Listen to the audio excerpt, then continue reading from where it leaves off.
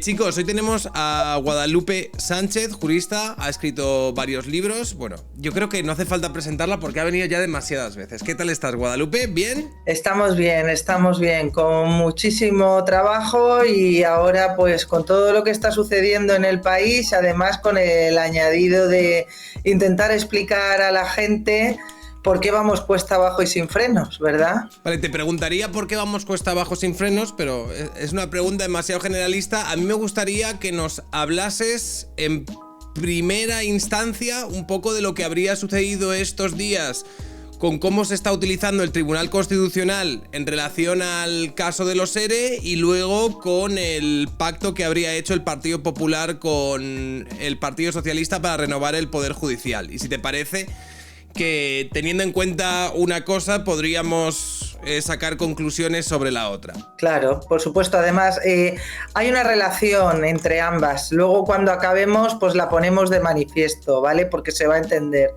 todo mejor.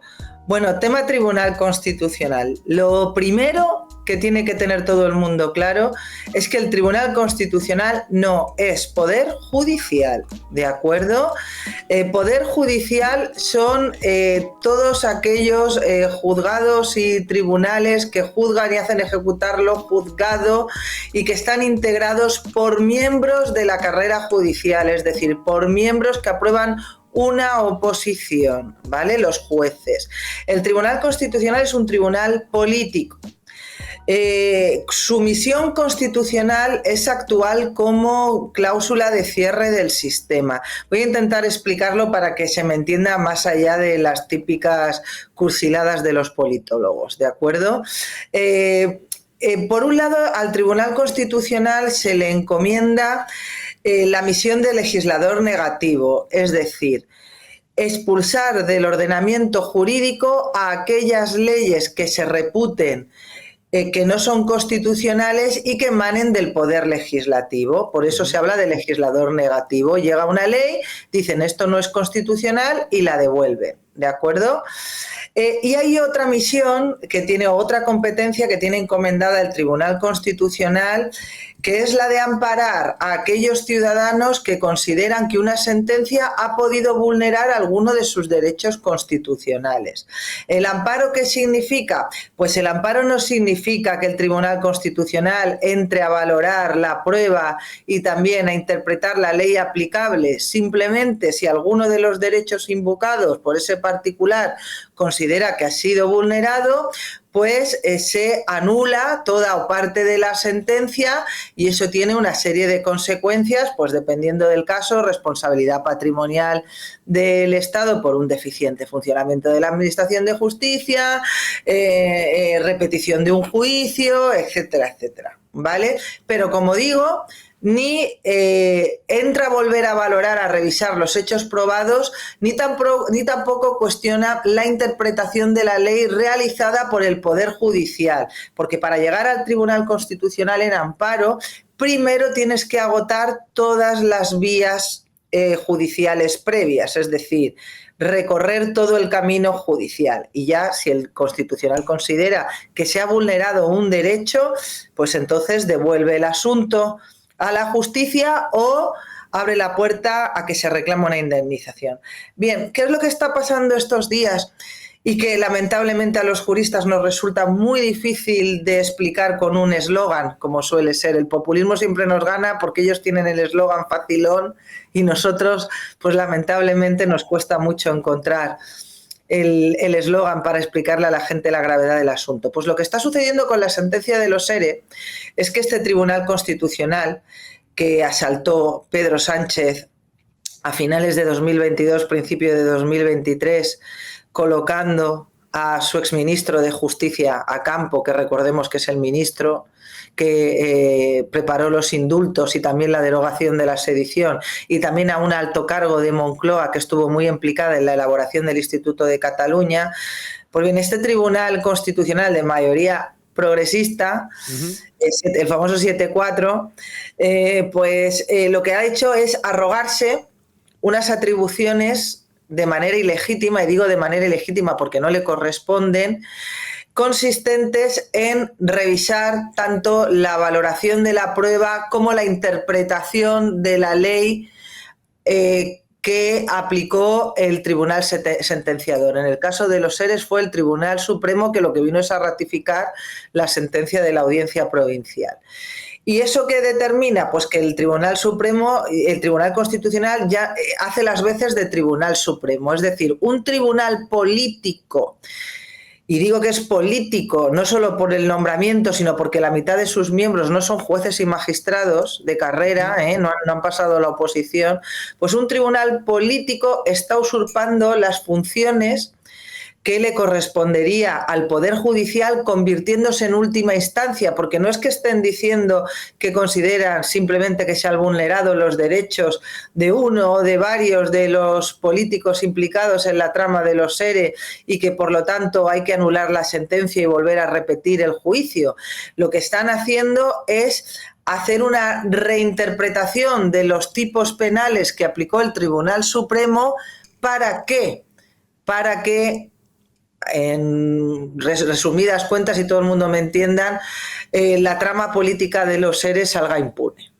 La trama política de los seres salga impune. Además, de una manera que es ciertamente insólita y muy preocupante, porque deja traslucir la deriva de este Tribunal Constitucional. No solo a través de la sentencia procuran impunidad a unos políticos corruptos, sino que además descalifican a los tribunales que los condenaron, afirmando nada más y nada menos que la Sala de Marchena desconoce el sistema de atribución competencial, es decir, el sistema de separación de poderes establecido por nuestra Constitución, porque básicamente lo que vienen a decir es que siempre que un político haya cometido un acto que si lo hizo de las puertas de su despacho hacia adentro sería corrupción, pues siempre que ese mismo acto se haga bajo el amparo del paraguas del Congreso, ese acto no puede ser revisado por los tribunales. ¿Tú sabes esta doctrina infame de Pérez Royo que dice que todo lo que salga del Parlamento no puede ser objeto de revisión por los tribunales, que lo tienen que acatar porque es la voluntad del pueblo? Pues eso es lo que viene a decir el Tribunal Constitucional en esta sentencia. O sea, que ya no es solo una cuestión de que se haya convertido en una última instancia casacional, con lo que ello implica para nuestra separación de poderes, sino que además está asumiendo un discurso infame, porque a Magdalena Álvarez, por ejemplo, digamos que, para que la gente me entienda, le quita o le borra prácticamente el delito de prevaricación de todos los ejercicios, salvo en uno. ¿Cuál es la diferencia? ¿Por qué en un ejercicio sí y en otro no? Porque en los que se lo ha borrado, ese mismo acto, en lugar de hacerlo en su despacho, para que la gente me entienda, se aprobó en el Parlamento andaluz. Entonces, cuando hay una Cámara Legislativa involucrada, el mismo acto, que es delito cuando no la hay, deja de serlo, pasa a ser considerado un acto político. Y esto, pues como digo, pues tiene consecuencias imprevisibles, ya no a medio plazo, sino a corto plazo también. Claro, yo te quería pedir, para la gente que ande un poco perdida con respecto al caso de los SERE, ¿en qué consistió? Porque algunos hablan que fue la mayor trama de corrupción de la historia de la democracia. Es que lo fue. Es muy difícil explicar el entramado de los SERE, porque realmente se creó una suerte de administración paralela cuyo objetivo era desviar una serie de fondos públicos que se crearon de forma extraordinaria para atender a lo que también en las propias sentencias reconoce que era una situación extraordinaria con los parados en Andalucía. Pues se creó una administración paralela que lo que hacía era desviar esos fondos para que en lugar de llegar a los verdaderos necesitados, se repartiera por un entramado político que beneficiase a aquellos que formaban parte de una red clientelar. Para que la gente me entienda, lo que se hizo es, con dinero público, comprar votos, ¿vale? A través de ayudas y subvenciones. Solo hay que ver si te vas a las empresas que constituyen el epicentro de esta trama, se ve que realmente no llegó el dinero a la economía real, porque todas las partes a las que debió llegar está devastado, es decir, ahí no hay nada, no hay actividad económica. Es un dinero que realmente no llegó a su destinatario final, que eran los parados en Andalucía.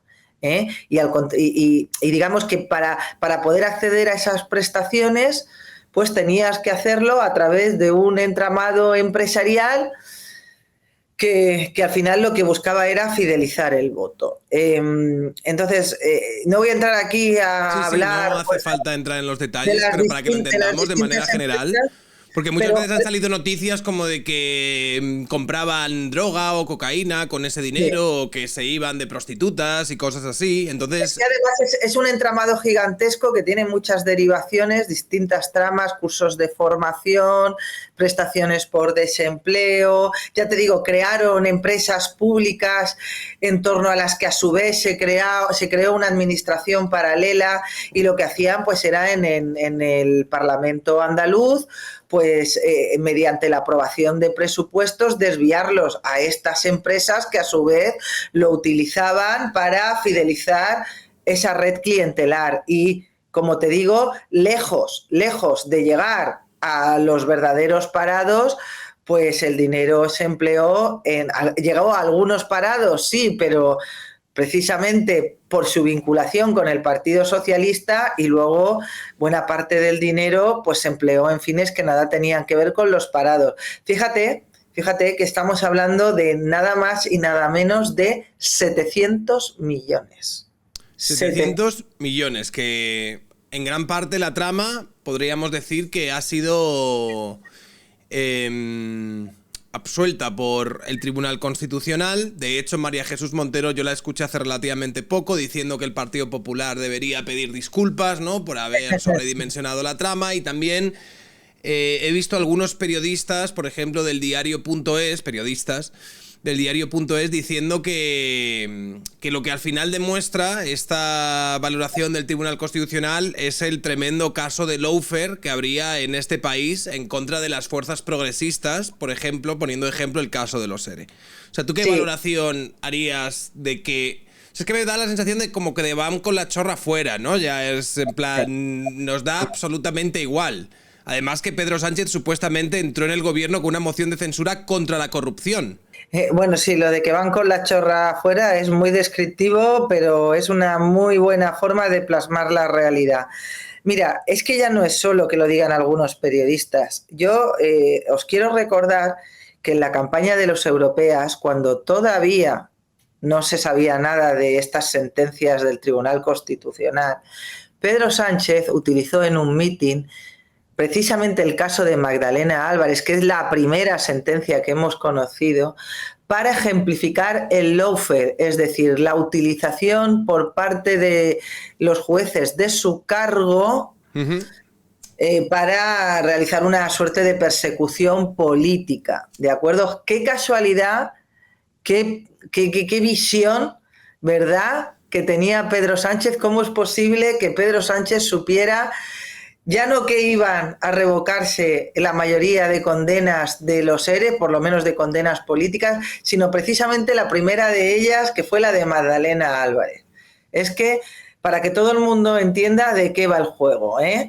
Bien, pues efectivamente las sentencias de los ERE lo que nos demuestran es que ahora mismo el Tribunal Constitucional se ha embarcado en una deriva que ya no solo profundiza en su desprestigio, yo creo que ya en un punto de no retorno, sino que además se ha sumado a ese relato gubernamental que se está instalando sobre la existencia de lawfare, que lo que les permite es descalificar cualquier resolución judicial que consideran contraria a sus intereses, y además pues procurarse impunidad.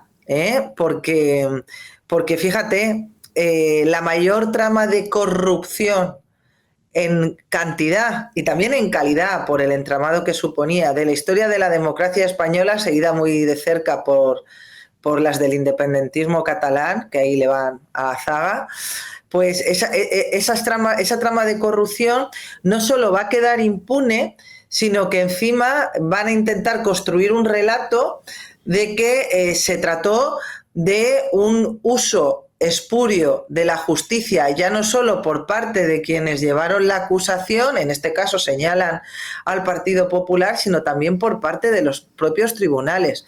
Como te digo, la sentencia de Magdalena Álvarez no se conforma únicamente con permitirle a esta señora que encima diga que ha sufrido un desprestigio muy grande y que tenemos poco menos que hacer penitencia de rodillas por llamarlos corruptos, sino que es que insulta, porque es un insulto, insulta a los tribunales sentenciadores, ayudando precisamente a construir ese falaz relato de lo que llaman lawfare, pero que en realidad deberíamos decir prevaricación, porque lo que están acusando al Tribunal Supremo y a la Audiencia Provincial de Sevilla es de prevaricar. En este sentido, también he leído algunas noticias que hablaban de la relación que habría entre algunos miembros del Tribunal Constitucional con el actual Partido Socialista. ¿Qué significa en este caso que al Tribunal Constitucional venga directamente elegido por los políticos? Pues lo que significa, yo, quien me sigue, tú me llevas leyendo mucho tiempo y nos conocemos desde hace mucho. Yo llevo desde que prácticamente empecé a escribir demandando una reforma del Tribunal Constitucional, que seguramente pase también por una reforma de la propia Constitución, para, primero, sacar del Tribunal Constitucional el tema del amparo. Yo creo que eso tiene que llevarlo una sala integrada en el Poder Judicial, una sala del Tribunal Supremo, y luego para toda la parte del legislador negativo, que evidentemente quienes accedan a la magistratura, primero, no hayan tenido ningún tipo de relación con la política, es decir, que esté en todo punto garantizada su independencia, y segundo, que formen parte o hayan formado parte de la carrera judicial con una serie de requisitos importantes. Que excluyan las puertas giratorias, porque, por ejemplo, Juan Carlos Campo es magistrado, sí, pero es un magistrado que, conforme cesó como ministro de Justicia, entró en el Tribunal Constitucional. Es decir, hay un señor que fue ministro de este mismo gobierno resolviendo casos de corrupción del Partido Socialista, un señor que ha sido ministro del PSOE resolviendo casos de corrupción del PSOE.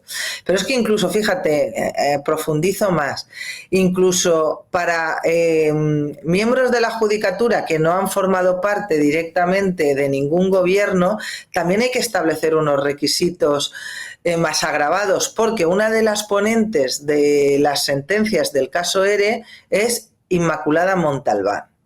Inmaculada Montalbán, además de ser lo que podríamos llamar una radical feminista precursora y podemos decir que hasta inventora de lo de introducir la perspectiva de género en la justicia, tiene un libro que pone los pelos de punta, porque básicamente utiliza el feminismo como caballo de Troya para acabar con las garantías de nuestro sistema procesal, pero al margen de eso es una señora a la que condecoró la Junta de Andalucía, pero no cualquier Junta de Andalucía, el propio Griñán condecoró, le puso una medalla al mérito, no me sé el nombre exacto de la medalla ahora mismo, precisamente por su posiciones feministas en el ámbito judicial. Que esta señora que ha recibido una medalla de Griñán sea la ponente de una sentencia que va a determinar que se eliminen, para que la gente me entienda, que se eliminen delitos precisamente a Griñán y a los suyos, ¿qué confianza vamos a tener los españoles? Ya no en la justicia, porque la justicia era otra cosa, pero es que ahora el Tribunal Constitucional, en la medida en que se ha arrogado competencias que corresponden a la justicia, pues también acaba formando parte de ese sistema, y lo que nos está trasladando a los españoles es que, bueno, pues si eres socialista, aquí no pasa nada, aquí no tienes que responder por tus delitos, y además de una manera cutre y salchichera, porque absoluciones de políticos o archivos de causas hemos visto muchas, pero han venido de la mano de tribunales integrados por jueces que han aprobado una oposición y que no han tenido ningún tipo de relación con el poder político, porque de haberlo sido podían haber sido recusados, ¿eh? Pero esto no, esto es ya, pues como tú has dicho, y lo vuelvo a repetir, ir directamente con la chorra fuera, y además ya no solo pues consiguiendo salir indemnes, sino además dándote golpecitos en el pecho, pidiendo a los españoles que les pidamos perdón por la corrupción. ¿Y cómo están Es que tampoco he mirado demasiado, pero ¿cómo están reaccionando algunos medios palmeros? Es decir, ¿todo el mundo les está justificando? ¿No hay nadie dentro de su círculo que normalmente podríamos entender como de opinión sincronizada que hable un poco de la obscenidad de lo que puede significar esto? A ver, yo creo que es que los medios de izquierda críticos con la izquierda ya no existen, ya no existen. Lo que pudo haber sido en su día El País con determinadas decisiones del Partido Socialista, ha dejado de serlo hace mucho ya, es prácticamente una sucursal de Moncloa, y qué decir tiene pues de todos los portalitos de Belén, estos a los que se llama equipo de opinión sincronizada, tipo El Diario, Infolibre, El Plural, todo lo que no está. Y ¿sabes qué es lo más grave, Sergio? Que todo lo que no esté, estos que señores que llenaban portadas con la corrupción de los trajes de Camps, 16 portadas con los de los trajes de Camps, o con lo de los bolsos de Rita Barberá, ante un caso de corrupción de nada menos que de 700 millones de euros, que es indiscutible, opines tú lo que opines jurídicamente, que no llegaron a sus destinatarios finales, que no llegaron a los parados, porque eso es algo que no se puede discutir. Ante eso, lo único que hacen es gritar lawfare, lawfare, lawfare, y por fin se hace justicia. Por fin se cae la máscara de los malditos fachas con toga que utilizan el mazo y las tribunas para persecuciones políticas. Estos señores que nos llevaron a una moción de censura para acabar con la corrupción, ahora están jaleando la impunidad de los delincuentes, tanto la de los ERE como también, no lo olvidemos, los de la amnistía, que en la amnistía están perdonando millones de euros. Es imposible calcular los millones de euros. Se hace un cálculo de, pues en algunos años se está hablando de entre 13, 15 millones de euros solo en la preparación del referéndum independentista. Te iba a preguntar también, ¿qué es lo que has visto que estaban diciendo, por ejemplo, desde la izquierda alternativa? Porque ellos también supuestamente vienen de articular una narrativa muy fuerte en contra de la corrupción y demás, y a ellos tampoco les conviene que el Partido Socialista utilice el Constitucional de una manera tan partidista, sobre todo si ellos no se pueden aprovechar, porque yo recuerdo lo mucho que lloraban los podemitas cuando decían, es que Irene Montero, teniendo en cuenta que el Partido Constitucional supuestamente es de los nuestros, está al amparo del gobierno del que Irene Montero forma parte, no ha sido amparada por este Tribunal Constitucional en la denuncia que, por ejemplo, tú le ganaste. Entonces, me gustaría también si estas personas también han dicho, no, está muy bien lo que ha decidido el Tribunal Constitucional, lo de los SERE fue una cosa entre amigos, voluntad democrática. Mira, ellos están ahora divididos entre el decir, oye, ¿qué está pasando aquí? Que el Tribunal Constitucional, que se supone que es progresista y que venía a hacernos favores a toda la izquierda, solo se los está haciendo al Partido Socialista, y el relato del lawfare. Porque el relato del lawfare es muy poderoso, ya que sabes que ellos aspiran a meter mano a los tribunales con la excusa precisamente de que hay una serie de jueces que utilizan su posición para hacer política. Uh-huh. Entonces, claro, que el Tribunal Constitucional haya señalado prácticamente con nombres y apellidos nada menos que a Marchena, pues eso a los independentistas y a la izquierda radical es que es un caramelito muy jugoso, Entonces, claro, se debaten entre quejarse porque ellos no han entrado en el reparto o el lawfare. Y parece ser que han optado por el lawfare porque además, a raíz precisamente de este acuerdo firmado con el Partido Socialista y el Partido Popular, entre los dos, para renovar el Consejo General del Poder Judicial, pues ellos han quedado en la posición en la que estaba el PSOE hasta hace poco menos de 48 horas, que es que la justicia la justicia emana de la soberanía popular radica en el Congreso nosotros tenemos mayoría, ergo nosotros tenemos que nombrar a los jueces, porque ya sabemos que la izquierda está en eso. Entonces han decidido pues atacar por ahí y decir, vamos a ver cómo es posible que habiéndose certificado el lawfare nada menos que por el Tribunal Constitucional estéis pactando con la ultraderecha, la extrema derecha y tal, el repartiros el Consejo General del Poder Judicial, cuando lo que habría que hacer es coger el BOE, cambiar el sistema de elección de los vocales y a su vez el sistema o la mayoría para que los vocales exijan a determinados cargos judiciales, rebajar las mayorías y así que los podamos nombrar en el Congreso. Ellos han decidido ir por esta segunda vía, que yo no sé si electoralmente les compensa, porque lamentablemente todo este tema del Consejo General del Poder Judicial pues importa a muy poca gente, Sergio, a muy poca gente. Y es una pena porque yo siempre digo que el fundamento de las democracias liberales y que es en la casa común de todos de los que creemos en la libertad es el poder limitado, ¿verdad? La limitación del poder. Y eso pasa, por supuesto, por tener contrapoderes y entre ellos un poder judicial independiente que se ocupe de evitar que los poderes públicos actúen de forma arbitraria y estén sometidos al ordenamiento jurídico como el resto de los ciudadanos, es decir, de hacer efectiva la igualdad ante la ley. Y eso en nuestro país, pues ahora mismo no existe.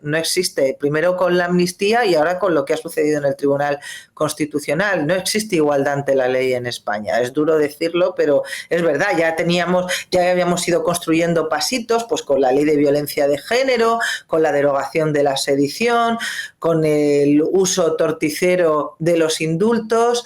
Pero esto ya, pues si lo otro eran pasos, pues ya hemos llegado a la meta. En este contexto, cuando sucedía justo después de que se apruebe la ley de amnistía, en el momento en el que el Partido Socialista estaría utilizando al Tribunal Constitucional como, no sé, el último tribunal de casación para sus casos de corrupción, en este caso,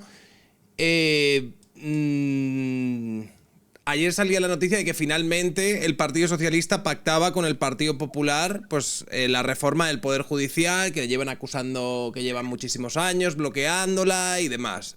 ¿Tú cómo escuchaste la noticia?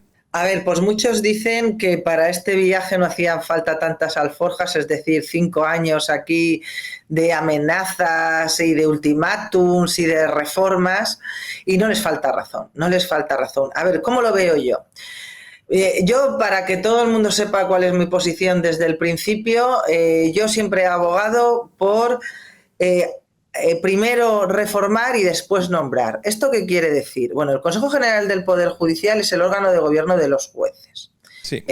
No es poder judicial porque no juzga, es decir, no entra dentro de las funciones que prevé el 117 para la justicia, pero entre sus competencias pues hay algunas que sí que son muy importantes para determinar el funcionamiento de nuestros juzgados y tribunales. Pues bien, el artículo 122 de la Constitución establece que el Consejo General del Poder Judicial, es decir, el gobierno de los jueces, está integrado por 20 vocales, ¿vale?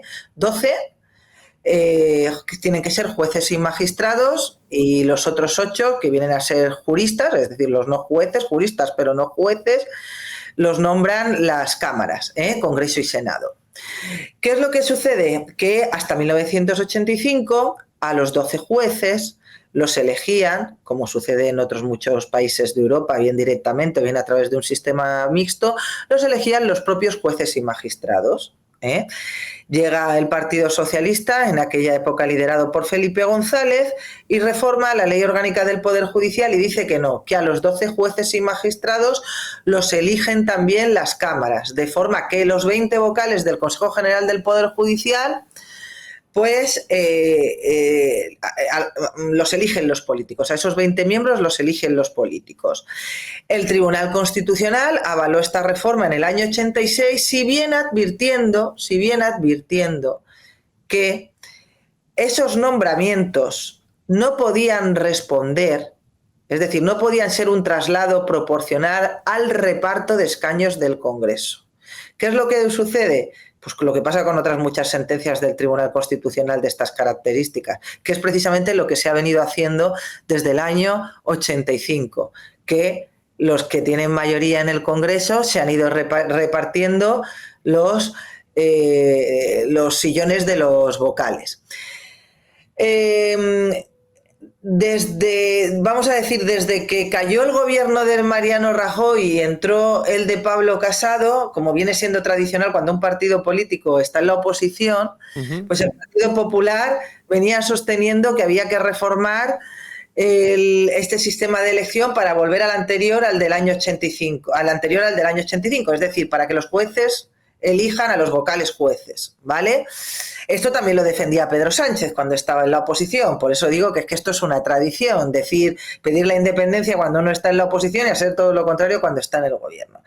Bueno, ahora lo que estoy escuchando es que sí que han generado o han intentado crear el suficiente relato para que se defienda lo contrario. Ahora voy a eso. Entonces, ¿qué es lo que ha sucedido? Que Pedro Sánchez dio un ultimátum. Dijo, oye, mira, yo lo pinto para que la gente lo entienda, es un terrorista institucional en este caso, con una bomba, y dijo que la hago estallar. ¿En qué sentido? Voy a reformar de manera expresa la ley orgánica del Poder Judicial para rebajar las mayorías, que actualmente son de 3/5, para que las cámaras elijan a los 20 vocales, rebajo las mayorías, establezco una absoluta o incluso una simple, y entonces yo con la mayoría parlamentaria que tengo, pues coloco a los que me dé la gana. Y además aprovecho y rebajo a las mayorías que dentro del propio Consejo rigen para hacer los nombramientos tanto de los jueces del Tribunal Supremo como de los presidentes de los TSJ y de las salas, de las audiencias provinciales, entre otros cargos. También rebajo esas mayorías para que mis 20 vocales, los que yo he puesto, puedan elegir a los jueces que a mí me interesan. Eso que era el asalto a la justicia. Entonces, había amenazado con eso. Hay gente que dice, bueno, pero es que con un terrorista no se negocia y pues nada, si se atreve a hacerlo, que lo haga. ¿Qué es lo que sucede? Que yo sí que creo que lo hubiera hecho. ¿Por qué? Porque ya lo intentó. Es que ya presentó, no es que lo dijera, es que durante la pandemia, Sergio, no sé si recuerdas que presentaron una proposición de ley, el Partido Socialista, precisamente para rebajar las mayorías, si en primera votación no salían lo que ellos querían. Eso ya estaba. ¿Y por qué se retiró? Pues porque en pandemia económicamente estábamos en una situación muy complicada y la Unión Europea, concretamente el comisario europeo Reinders, dijo que si esa reforma se llevaba a término, pues España podría quedarse fuera del reparto de fondos europeos, que era algo que no nos podíamos permitir. La posibilidad de que Pedro apretase ese botón existía, pero la gente tiene que tener en cuenta que ni el Partido Socialista ni buena parte del Partido Popular cree en esa reforma que permitiría despolitizar completamente la justicia, es decir, que los 12 jueces elijan que los 12 jueces sean elegidos por los jueces.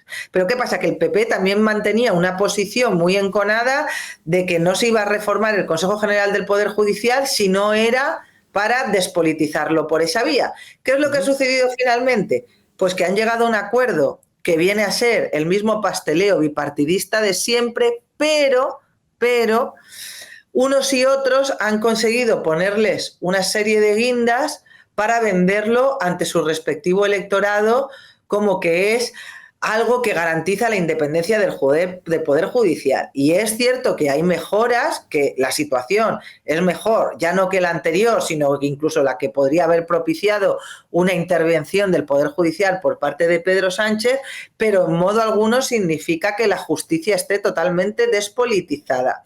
¿En qué consisten las mejoras?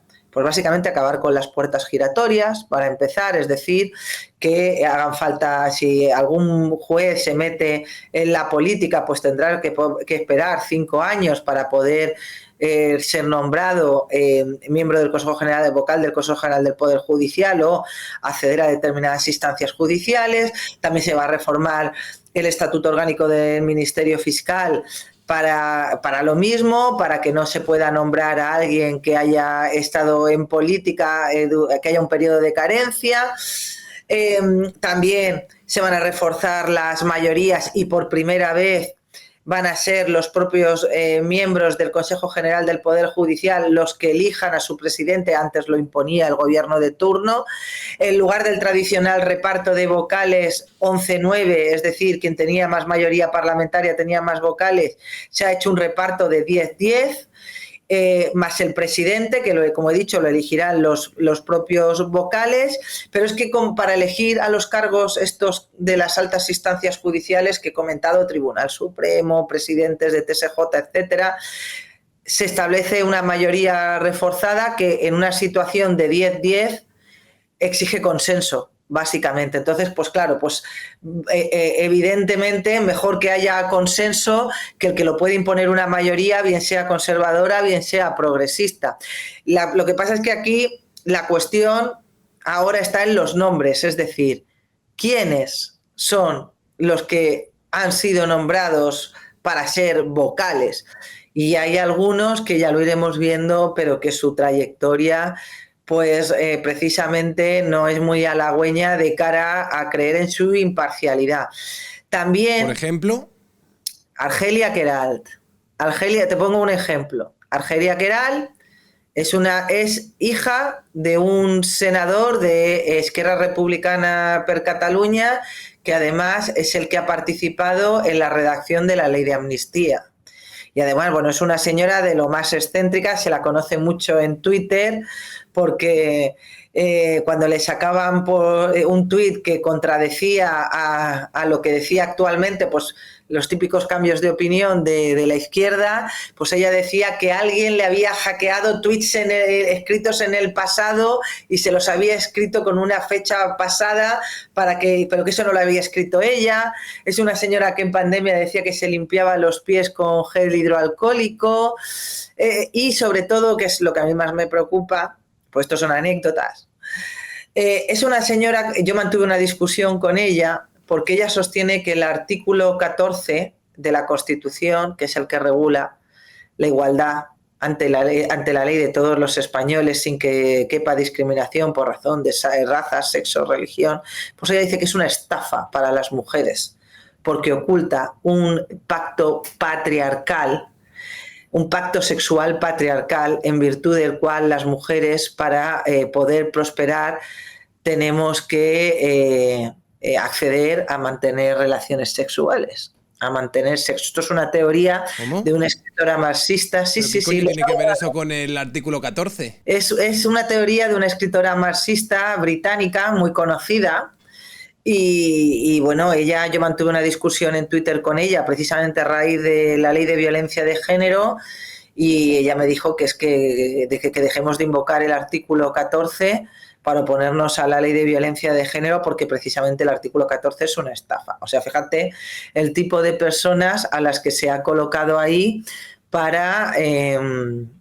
pues para decidir nada más y nada menos que quiénes van a ser los jueces del Tribunal Supremo. Ten en cuenta que hay en torno un 30% de vacantes pendientes en el Tribunal Supremo, porque una de las reformas que también propició el PSOE durante la pandemia y que, como no, ha avalado este Tribunal Constitucional es que antes, cuando el Consejo General del Poder Judicial estaba en funciones, es decir, había caducado su mandato, podía realizar nombramientos hasta que se acordara la renovación. Pues el PSOE les quitó esa competencia precisamente para presionar al Partido Popular en que tenía que acordar una nueva renovación. Bueno, pues imagínate si estos señores hubieran asaltado la justicia, te hubieran colocado ya no a mitad de personas con esta ideología, sino una mayoría de personas que tuvieran esta ideología en lo que podría convertirse el Tribunal Supremo. Preocupante, ¿eh? Bastante. Y el Partido Popular hace poco te vi que te tuviste un pequeño rifirrafe, con Borja Semper a razón de la oposición que estaría haciendo. Es cierto que a muchas personas nos parece que la oposición que está haciendo el Partido Popular está siendo un poco suave, por decirlo de alguna manera. Meliflua, yo lo llamo meliflua. Meliflua. Vamos a ver, meliflua, sí. Vamos a ver. Yo lo que espero de un partido cuyo discurso gira en torno a la degradación de la democracia española, acertadamente, porque es totalmente cierto, es decir, jamás en la historia de nuestra democracia habíamos alcanzado un nivel de colonización institucional como el actual. No solo se han colonizado instituciones como el CIS o el INE o etcétera, o Radio Televisión Española, para convertirlas en órganos de propaganda, sino también instituciones que debemos considerar auténticos contrapoderes. El Tribunal Constitucional es buen ejemplo de ello. Pues si tú haces ese discurso, lo que no se puede es intentar contemporizar con el enemigo y en determinados supuestos muy relevantes, hacer ver que estás mucho más cerca del Partido Socialista que de aquellos partidos de la oposición con los que, te gusten o no te gusten, son los que vas a tener que gobernar este país si algún día consigues ganar las elecciones. Entonces yo, claro, todo llegó, a mí es que esto además me resulta bastante indignante, por eso contesté así un poco borde, porque ya sabes que cuando soy borde lo soy mucho. A mí se me ocurrió compartir un vídeo en el que se veía a Borja Semper con Núñez Feijóo acudiendo a lo que parecían ser las instalaciones de pues una asociación musical o algo así, en la que cogían unos palos y se les veía tocar así los palitos en plan orquesta y jiji, jaja, y hacerse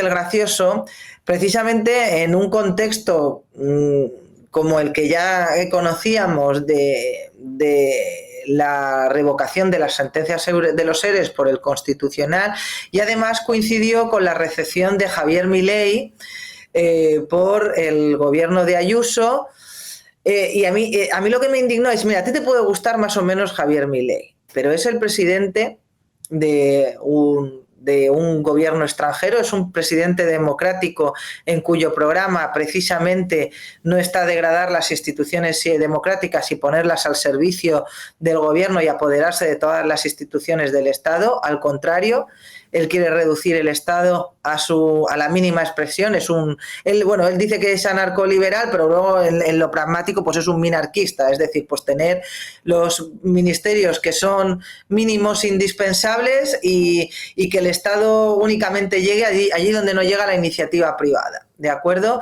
Pero es un señor que comparte con cualquier demócrata una noción que es básica, que es la de poder limitado, que es que tienen que existir contrapesos al poder y, claro,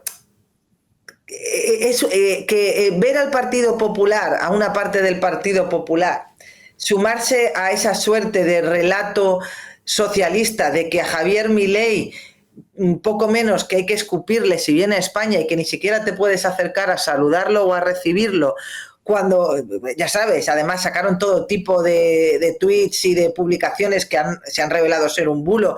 No va a ser recibido en Alemania, no va a ser recibido por ningún líder europeo. Pues oye, al contrario, lo han recibido en Alemania, lo han recibido en la República Checa y vino a España además, pues, a una cena a recibir un premio en el Instituto Juan de Mariana, que es una organización sin ánimo de lucro que además defiende los valores de la libertad, que parece ser que eso es algo ultra. En estos días, cualquier cosa que no sea socialista es ultraderecha, ultrafascista.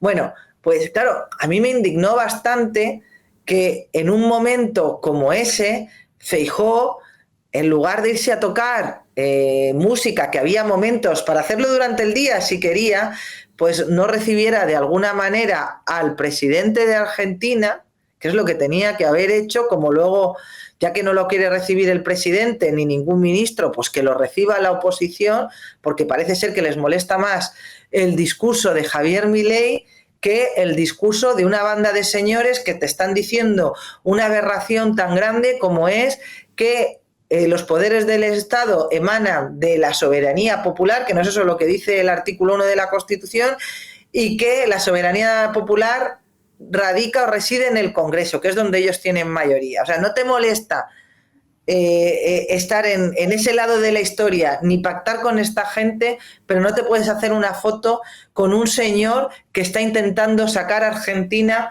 de un pozo un pozo económico e institucional que de verdad, cuando fuera de sus discursos histriónicos, porque Milei tiene esa cara, ya sabemos, de zurdos, hijos de puta y tal, cuando yo que he ido a conferencias suyas, cuando le escuchas hablar de economía, de verdad te digo, Sergio, que no somos conscientes los españoles de lo que está abordando su gobierno en Argentina. Para nosotros hablar de inflaciones del 1000%, de, bueno, una situación económica en la que un día una barra de pan te valía 1 peso y ibas al día siguiente y te valía 1000 pesos. Es que es algo que para nosotros es inabordable, es inabarcable, no lo concebimos. Y bueno, y está luchando contra eso, ya veremos si le sale bien o mal, pero lo está intentando y tiene un programa muy radical para hacer primero caer la inflación y luego para que rebote la economía y poder empezar a atraer inversión. Ahora está en la primera fase y yo pues claro, yo solo pido que la oposición actúe como oposición y reciba a un señor que debería, solo por el hecho de querer limitar el poder del Estado, debería estar mucho más cerca de sus postulados que aquellos que lo que pretenden es que el Estado no solo acapare la esfera pública, sino también privada. Es que ha dicho que la justicia social es un robo.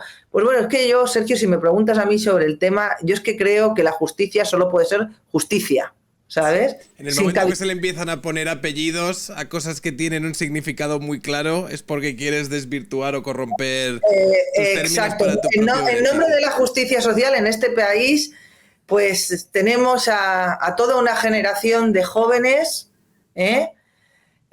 financiando unas pensiones de sus mayores, algunas muy por encima de lo que efectivamente han cotizado, y tenemos pues eso, a una generación de clases pasivas con un poder adquisitivo mucho mayor que el de aquellos jóvenes que están financiando el sistema. Si eso es justicia social, a mí, por favor, que me lo expliquen. Si es justicia social que un joven no pueda acceder ahora a una vivienda, ya no en propiedad, es que hemos llegado a un punto que tampoco en alquiler. Si eso es justicia social, que me lo expliquen. La justicia es justicia y, como se dice popularmente, es dar a cada uno lo suyo.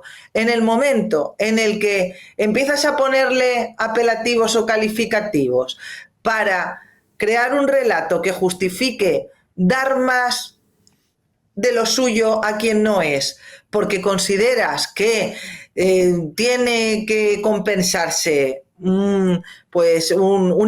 algo que tú consideras una injusticia, entonces empieza el declive de la igualdad ante la ley. La igualdad tiene que ser siempre ante la ley, y cualquier medida que se tome que se considere justa tiene que ser para garantizar la igualdad ante la ley, no el igualitarismo, que eso es lo que estamos y es otra cosa.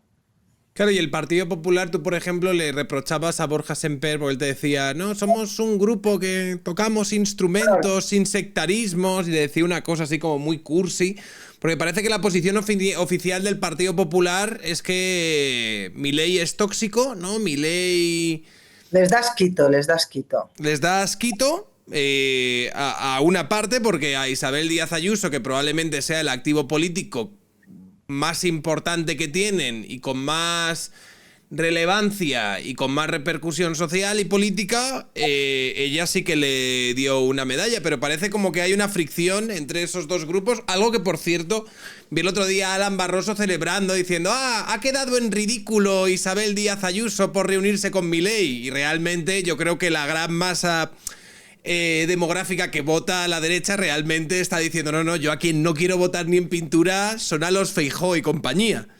Exacto, pienso exactamente como tú. Vamos a ver, ellos decían que Ayuso había quedado en ridículo recibiendo a Milei porque no lo iba a recibir nadie. Lamentablemente para Alan Barroso y todos sucedáneos de activistas socialistas que pululan por las televisiones y redes sociales, pues luego se demostró que eso era un gran bulo del PSOE y que lo han recibido ya no mandatarios regionales, sino presidentes del gobierno de distintos países europeos. Así que quien ha quedado el ridículo pues es primero quien se inventó, no solo han quedado como ridículos, sino también como desinformadores, es decir, como propagadores del bulo y máquinas del fango, y también quienes compraron ese relato. Mira, en todo esto hay un tremendo... Me dicen que es complejo del Partido Popular, para que desde el Partido Socialista pues no les puedan achacar, están en contra de algo tan bonito como la justicia social,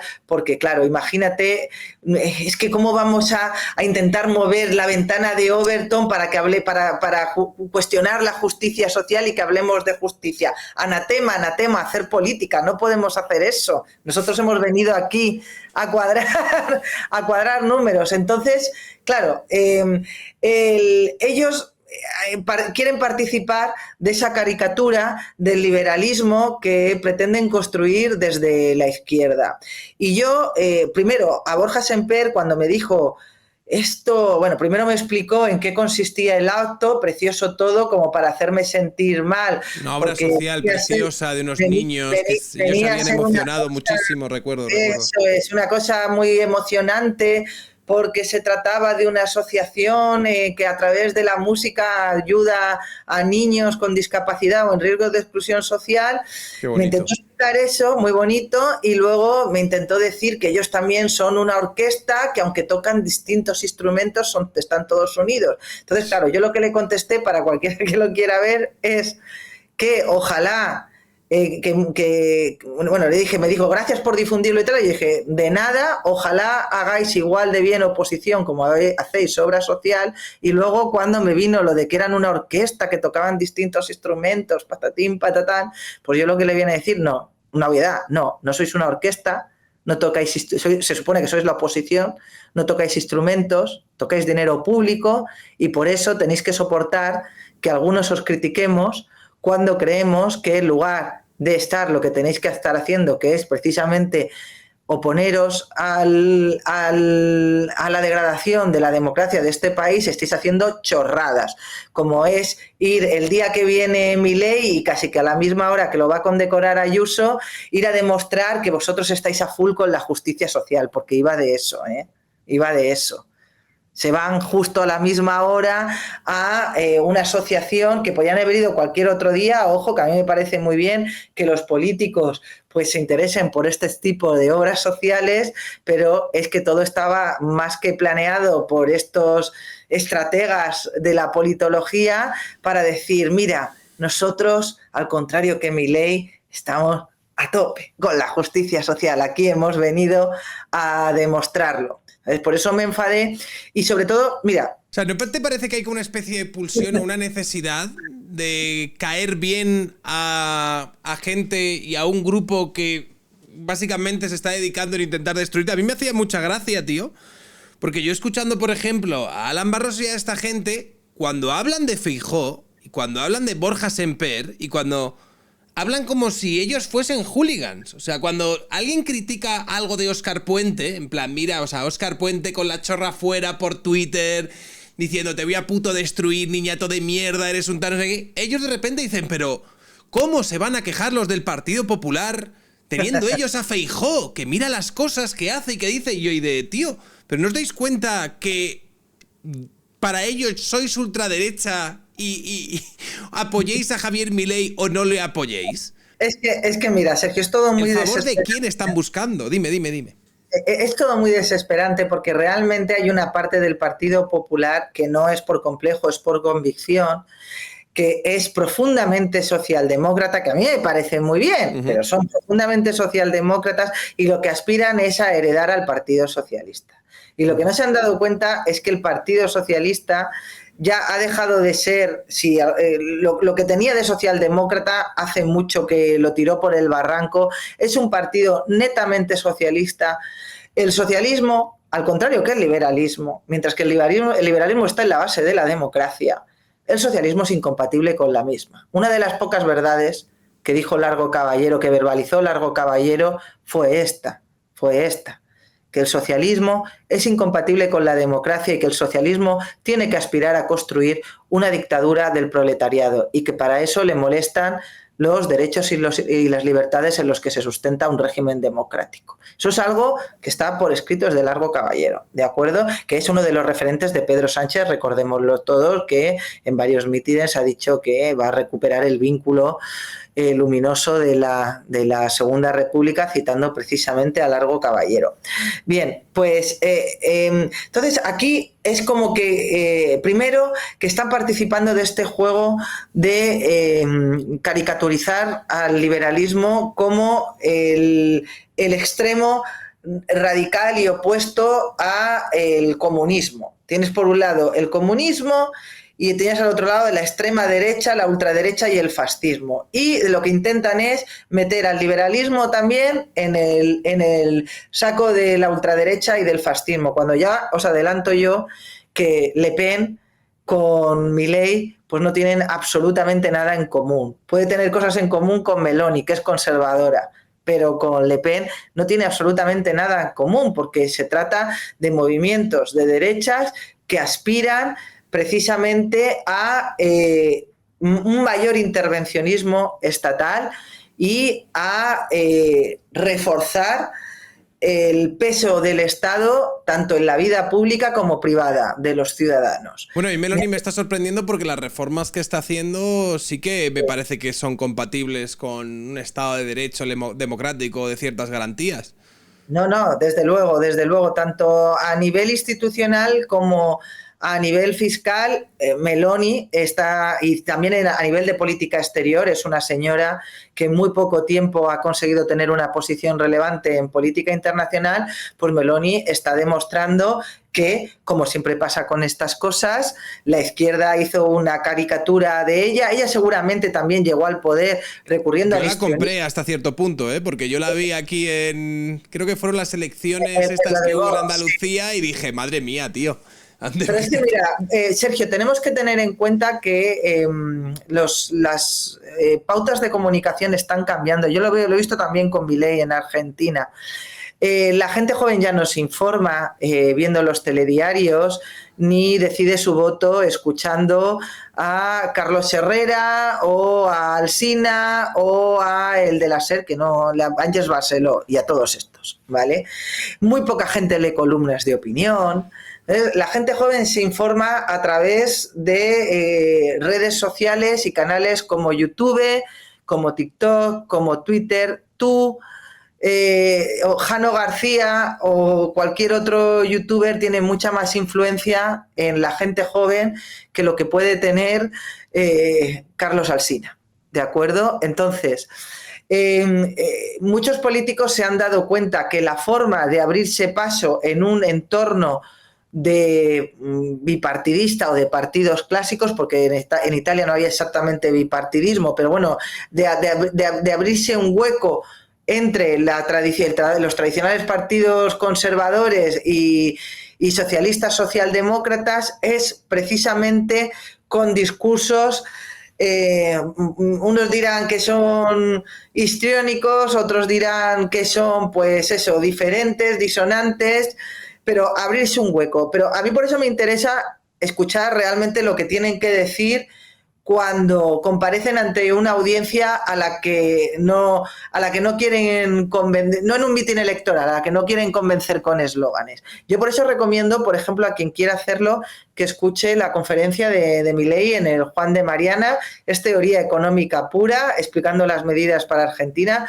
Yo sé que puede resultar aburrida para muchos, pero veréis que todo esto que se dice de la justicia social es que es totalmente falso. Una de las cosas que explicó Milei, por ejemplo, son las medidas que ha puesto en marcha para que este ajuste que están haciendo ahora, que ellos son conscientes que va a tener un impacto sobre todo en los más desfavorecidos, pues les permita seguir adelante con lo más básico. Él habla, por ejemplo, de los muchachos, refiriéndose a la infancia, y bueno, pues han puesto en marcha una serie de bonos para que puedan comprar material escolar, para que puedan pagarse las matrículas a aquellos que tienen que ir a centros privados o concertados, para que las madres embarazadas pues puedan costearse los tratamientos, para también que los niños pues tengan bonos de comida en los colegios. Es decir, que esto de que un liberal lo que propone es la ley de la selva es que es totalmente falso. Una de las bases del liberalismo precisamente es la solidaridad.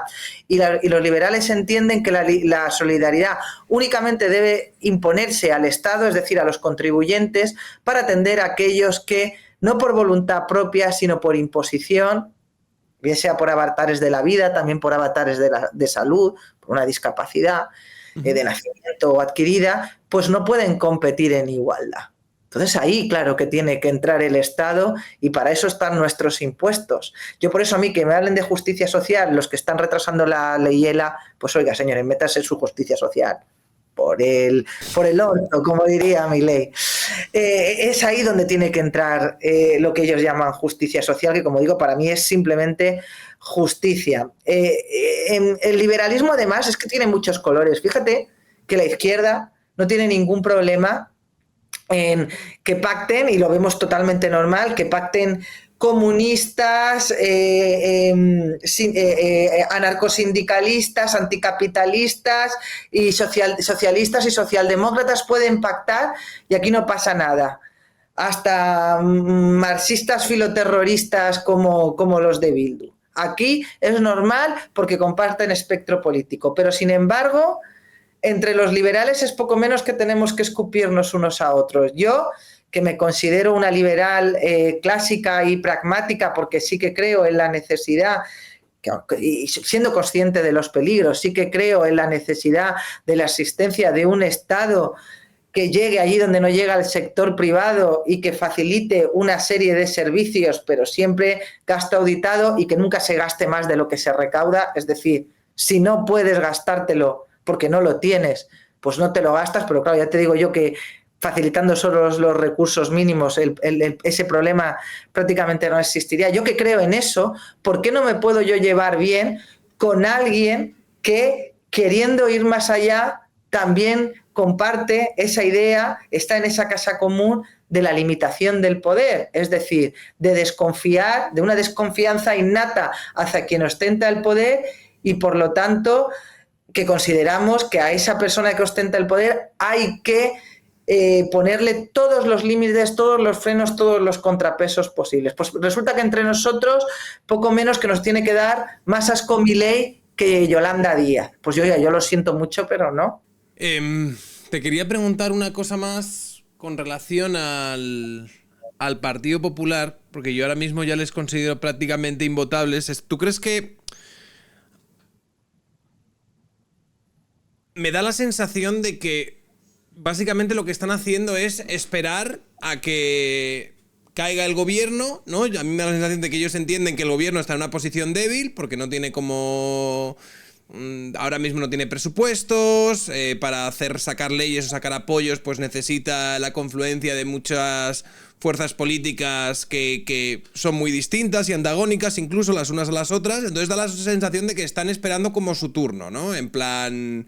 ya nos toca, la era de Pedro Sánchez va a acabar sola, o sea, nosotros lo de hacer oposición, bueno, pues es algo que sí, vamos a ir al Congreso y vamos a decir, oiga usted, muy mal, oye, hay cosas aquí que no está haciendo usted bien, pero que en algún momento, ¿no? Pues acabará ya el tiempo de este señor y nos tocará a nosotros. Cuando nos toque a nosotros, pues gobernaremos y tal. Entonces, ¿tú qué piensas? Bueno, yo creo que es lo que me venías diciendo antes, pero ¿qué piensas de esta manera de hacer oposición? ¿Y tú crees que en algún momento podrán dar pie a algo un poco diferente? O sea, ¿tú te puedes imaginar a una Ayuso con las riendas del Partido Popular? A ver... O también, por ejemplo, podríamos hablar de Cayetana Álvarez de Toledo, que la tienen para que de vez en cuando diga 4 o 5 cosas que estén muy basadas, pero... luego a la que tienen de portavoz o de número 2 y tal es a Cuca Gamarra. Entonces, ¿tú qué opinas? Sí. Bueno, voy por partes. Primero, sí. Lo que está haciendo, a lo que tú te refieres, no se le puede llamar hacer oposición. Se le llama esperar a heredar, ¿eh? Uno puede ser un hijo activamente cuidando de sus padres cuando sus padres los necesitan, o simplemente pasar de los padres y esperar a que fallezcan y entonces... y presentarse allí a la adjudicación de la herencia, ¿verdad? Pues eso es lo que está haciendo el Partido Popular. El gran problema, Sergio, y es lo que no entiende, es que después del sanchismo nada va a ser igual, nada va a ser igual.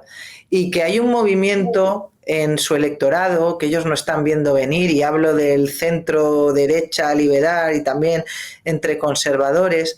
Hay un movimiento que no están viendo venir, por lo que te digo, porque ellos viven en esa burbuja comunicativa que es de los años 90 y que ya no sirve, y es un movimiento que aspira a reformas estructurales. Yo, como te he dicho antes, que yo soy liberal, yo creo que hay mucha gente cansada de este Estado omnipresente e ineficiente, plagado de estructuras burocráticas inútiles que solo sirven para colocar a personal del partido, que no paran desde la política de inventarse problemas inexistentes para precisamente justificar la construcción de nuevos organismos para solucionar esos problemas, y que al final pues acaban con un montón de directores generales y de directores de observatorios colocados con sueldos astronómicos. Pues yo creo que hay un movimiento que está harto de eso, incluso entre gente que pretende intervenir igual el Estado, pero en otro sentido. Hay un movimiento que está cansado de eso, y hay mucha gente que, como yo, comparte la idea de que tenemos que reconfigurar España para que el Estado español pase a ser de un poco menos que un Estado proveedor y benefactor, a un Estado garante y facilitador. Es decir, yo no necesito que a mí el Estado me diga lo que tengo que hacer. Yo lo único que quiero es que no me ponga piedras en el camino, y que si las hay, que se ocupe de removerlas. Y que además sostenga un poder judicial y una política exterior y en materia de defensa fuerte, porque yo soy de las que considero que esos sí que son servicios que se deben prestar por los poderes públicos. Que en materia de sanidad y de educación, que también aquellas personas que no se puedan permitir costear pues servicios privados, pues que tengan acceso a servicios públicos, pero que en ningún momento se fomente las clases pasivas a cambio de unos cuantos votos. Es decir, es que eso es una cosa, por ejemplo, que quiere erradicar Javier Milei. Es decir, las clases pasivas clientelares, gente que no trabaja porque no quiere y que el Estado sostiene con unas pagas a cambios de sus votos. Pues eso es algo que en España cada vez está más instalado en la mentalidad. Hay mucha gente que aspira a trabajar lo menos posible ganando lo mismo, y es que eso, lamentablemente, es un discurso que no se compadece con la realidad. Es insostenible. Entonces, necesitamos, primero, un relato para el cambio de mentalidad, y segundo, también necesitamos reformas institucionales de carácter estructural que no se pueden dilatar. Tú no puedes llegar al gobierno después de Pedro Sánchez y decir, bueno, pues con estos 4 apaños que hemos hecho para el Consejo General del Poder Judicial, ya podemos decir, hemos garantizado la independencia judicial. Como ya he explicado, es mentira. Tú no puedes dejar la Fiscalía General del Estado como está. Es decir, la Fiscal General del Estado no lo debe nombrar el gobierno. Sobre todo si, como pretenden los dos partidos, porque esto es una idea que, aunque la quiere llevar a término el Partido Socialista, la parió el Partido Popular, sobre todo si le quieres encomendar la instrucción de los asuntos penales, las investigaciones de delitos. No puede ser que el fiscal general del Estado, que es del que dependen jerárquicamente esos fiscales que van a llevar la instrucción, sea una persona nombrada por el gobierno, porque al final, como dijo Pedro Sánchez, pues la fiscalía, ¿de quién depende? Pues depende del gobierno. Tienes que reformar, incluso si es necesario, mediante una reforma constitucional, el tema del Tribunal Constitucional. El desprestigio del Tribunal Constitucional es que ya ha llegado a puntos insostenibles, y en un país, una nación cuyos ciudadanos no confían en los tribunales, pues va abocada de cabeza al totalitarismo o a la revolución. Y bueno, y yo solo les pido, a mí me gustaría que existiera en España, no existe, ¿eh? Y yo creo que pedírselo al Partido Popular es inútil, ya ves que yo no estoy precisamente optimista.